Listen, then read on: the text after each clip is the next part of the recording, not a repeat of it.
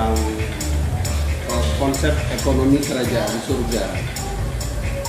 Multiplikasi melalui division atau pembagian. Ini yang kita bilang tadi kontra logik. Kalau logikanya kita akan bertambah kalau kita simpan dan kita tidak berbagi, ya kan? Kalau hanya untuk, ya itu logis. Bukan salah dan benar, tapi logikanya adalah akan bertambah kalau kita kumpul dan tidak dibagi, kan? Tetapi kalau kita bicara mengenai firman Tuhan, ini beyond logic, sesuatu yang di atas logika berpikir manusia, yaitu akan bertambah kalau dibagi. Ya, ini kan menarik nih, menarik untuk kita diskusikan. Kok berbagi malah tambah? Harusnya kan simpen dong, jangan dibagi dong, baru nambah. Tapi kalau dalam konsep kerajaan surga, ekonomi kerajaan surga, ternyata penambahan itu melalui pembagian, bukan pengumpulan. Contoh kasus yang paling clear, 5 roti dan 2 ikan. Bagaimana kita menyaksikan sama-sama 5 roti dan 2 ikan itu akhirnya dibagi kepada sekian ribu orang, sisa banyak sisanya, 12 paku.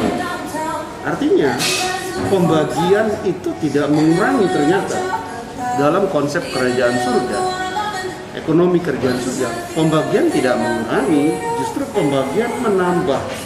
Bayangkan kalau 5 roti dan 2 ikan tidak dibagi, tidak dipecah-pecahkan untuk dibagikan. Ya dia hanya 5 roti dan 2 ikan.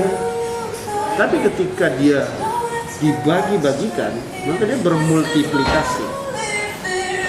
Nah, ini kan ada di Amsal. Ada yang menyebar harta tetapi bertambah kaya.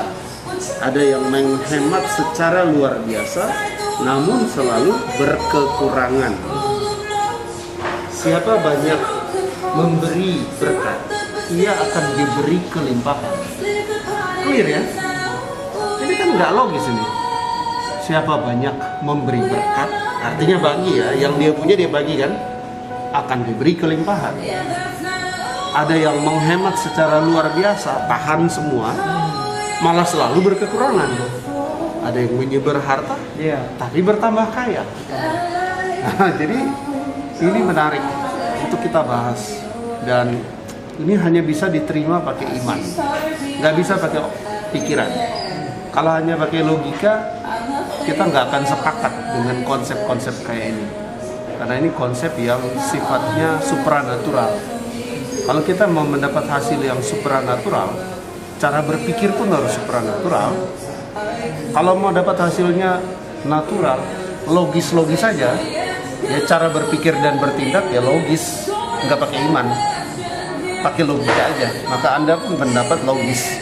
Tapi kalau Anda mendapat sesuatu yang fantastis supranatural, ya Anda harus percaya dan bertindak supranatural. Berbagi walaupun kita tidak luar biasa kaya misalnya, itu kan luar biasa kan, supranatural itu. Hanya orang yang percaya Tuhan bisa lakukan itu. Kalau orang yang tidak percaya Tuhan, nggak mau lah. Ngapain? Kan aku mending simpan buat diriku sendiri kan, daripada aku berbagi. Iya, kalau kedepannya aku punya terus. Nah ini kan logika yang suka dibangun ya. Iya, kalau kedepannya keadaanku baik terus. Nanti kalau corona berkepanjangan, nggak ada pekerjaan, aku udah keburu bagi-bagi ke orang. Terus apa lagi yang aku terima? Habis dong tabunganku. Gimana dong diriku, keluargaku? Itu kalau tidak dengan iman ya, kalau tidak dengan iman ya. Iya. Kalau dengan iman, kalau dengan iman, justru kita percaya Tuhan memakai kita sebagai saluran berkat. Kalau kita menjadi saluran berkat, yang pertama-tama diberkati Tuhan tuh diri kita dulu. Karena kalau kita diberkati, baru kita menyalurkan. Gak mungkin kita kering terus Tuhan bilang kamu kering aja deh, tapi kamu harus berbagi. Enggak. Tuhan itu kan adil. Iya, Tuhan adil. Adil. Maka ketika dia bilang kita menjadi saluran berkat, yang pertama terima itu kita dulu. Karena kita terima baru kita salurkan. Kalau kita nggak terima dari dia, apa yang mau kita salurkan? Jadi perlu ada perbuatan, tindakan ya, yang berdasar daripada iman. Betul. Ya. Kalau iman aja nggak ada perbuatan tindakannya, ya Di Yakobus kan jelas ya. Jadi kita berbuat dengan konsep yang benar, dengan pemikiran yang benar, bukan sistemnya berbuat begini supaya Tuhan memberkati kita, mancing berkat, ya nggak begitu, bukan itu. Bukan itu tujuan Bukan. motivasinya. Ya. Motivasinya nggak begitu. Jadi apa dong tujuan motivasinya? Motivasinya karena gini, kasih itu apa? Sebab Allah terlebih dahulu mengasihi kita, gitu kan? Sehingga Ia memberikan anaknya sebagai pendamaian bagi dosa-dosa kita. Jadi kasih itu Allah mengasihi kita. Dan kemudian dikonfirmasi dalam Yohanes 3:16 yang kita semua tahu ya. Karena begitu besar. kasih Allah. Betul. Jadi kasih Allah dulu yang sudah mengasihi kita. Makanya kita ya setidaknya membagilah ya kasihnya. Betul. Yang ada pada kita ya. Betul. Karena Dia terlebih dahulu, kita mengasihi karena Allah terlebih dahulu mengasihi kita. 1 Yohanes 4:18 itu. Tapi takut, nanti kekurangan, saya sendiri nggak cukup, nanti saya takut. Dalam kasih tidak ada ketakutan. Kasih yang sempurna melenyapkan ketakutan. Sebab ketakutan mengandung hukuman. Dan barang siapa takut, ia tidak sempurna di dalam kasih. Kita mengasihi karena Allah terlebih dahulu mengasihi kita. Clear 1 Yohanes 4 ayat 10 dan seterusnya sampai 18. Nah, kita bisa begini karena kita baca Alkitab kan? Karena perlu iman itu. Iya. Kalau nggak baca Alkitab, mana bisa kita tahu yang kayak begini? Iya. Makanya selalu saya tulis kebenaran tiap hari. Zaman COVID kayak gini ya, tidak pastian berapa lama. Betul. Tapi justru di dalam ketidakpastian itulah iman yang berperan ya. Yes. Kisah kekeringan di zaman Elia. Kita sama-sama baca di kitab Raja-Raja itu ya. Di situ jelas banget kekeringan yang panjang. Elia kemudian duduk di tepi sungai, dia berdoa minta sama Tuhan. Burung gagak datang bawa daging dan roti. Kasih kepada dia daging, bicara sesuatu yang mewah itu. Burung gagak datang bawa, bahkan burung gagak yang kesannya pemakan bangkai itu dipakai Tuhan untuk memberkati Elia. Maksudnya gimana? Burung gagak itu simbol atau apa sih sebenarnya? Enggak, dalam peristiwa ini itu the real burung gagak datang membawa daging dan roti Kalau kepada dalam Elia. relevansinya sekarang apa itu burung gagak? Nah, artinya situasi-situasi yang buruk.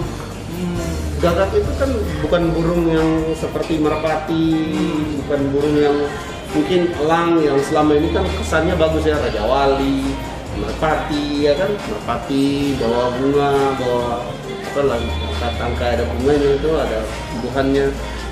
Itu kan burung-burung yang selalu dipakai dalam kekristenan tuh ya merpati, ya burung Raja Wali yang bagus-bagus kan. Betul. Kalau burung elang kan, burung gagak kan begitu cek itu kasih gagak aja dulu. Kalau dia nggak balik berarti udah banyak mayat itu yang dimakan di sana. Buruk kan? Artinya dalam situasi-situasi buruk, Tuhan bisa bekerja menggunakan yang buruk-buruk itu memberkati kita juga. Nah, jadi suatu kalau relevansinya nanti situasi yang buruk. Iya. Yang saat kayak gini lah. Iya. COVID ini kan bukan kehendak Tuhan lah ini kan. Kalau Tuhan kan pasti tidak memberikan sesuatu yang buruk ya. Betul. Baik itu penyakit, Yes. COVID itu kan bukan dari Tuhan ya. Yes. Nah inilah mungkin ya relevansinya sekarang ini ya. Nah, kalau dari Tuhan itu sesuatu yang baik karena Allah adalah kasih. Kalau Dia adalah kasih, Dia mengasihi kita, Dia memberkati kita, tidak memberi penyakit buat kita. Tapi orang tanya, tapi kenapa terjadi penyakit? Tapi kenapa ada COVID? Begitu kan? Ya, kita kan hidup dalam bumi yang punya mekanismenya sendiri. Alam ini kan ada mekanisme, gunung berapi, Iya. pertemuan lempengan tektonik. Itu kan ada mekanisme natural dari alam yang terjadi. Tapi Firman bilang segala sesuatu turut bekerja mendatangkan kebaikan bagi orang yang mengasihi Tuhan. Artinya dalam situasi apapun, termasuk katakanlah pandemi, bencana, turut bekerja mendatangkan kebaikan bagi kita yang mengasihi Tuhan. Tetap semangat, tetap punya pengharapan di dalam Tuhan, karena segala sesuatu bekerja untuk mendatangkan kebaikan bagi orang yang mengasihi Tuhan. Rancangan Tuhan adalah rancangan damai sejahtera untuk memberikan kepada kita hari depan yang penuh harapan, bukan rancangan kecelakaan. Karena masa depanmu sungguh ada dan harapanmu tidak akan hilang. Amin.